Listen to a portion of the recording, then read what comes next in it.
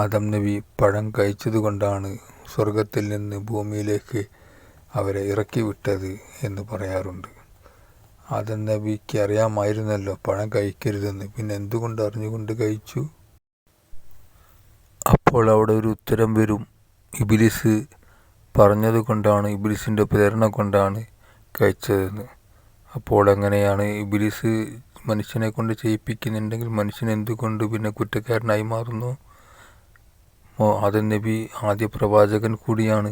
ആ പ്രവാചകൻ തന്നെ ഇബ്ലീസിൻ്റെ പിടുത്തത്തിൽ പെടുകയാണെങ്കിൽ പിന്നെ മനുഷ്യൻ എന്ത് പ്രസക്തിയാണുള്ളത്?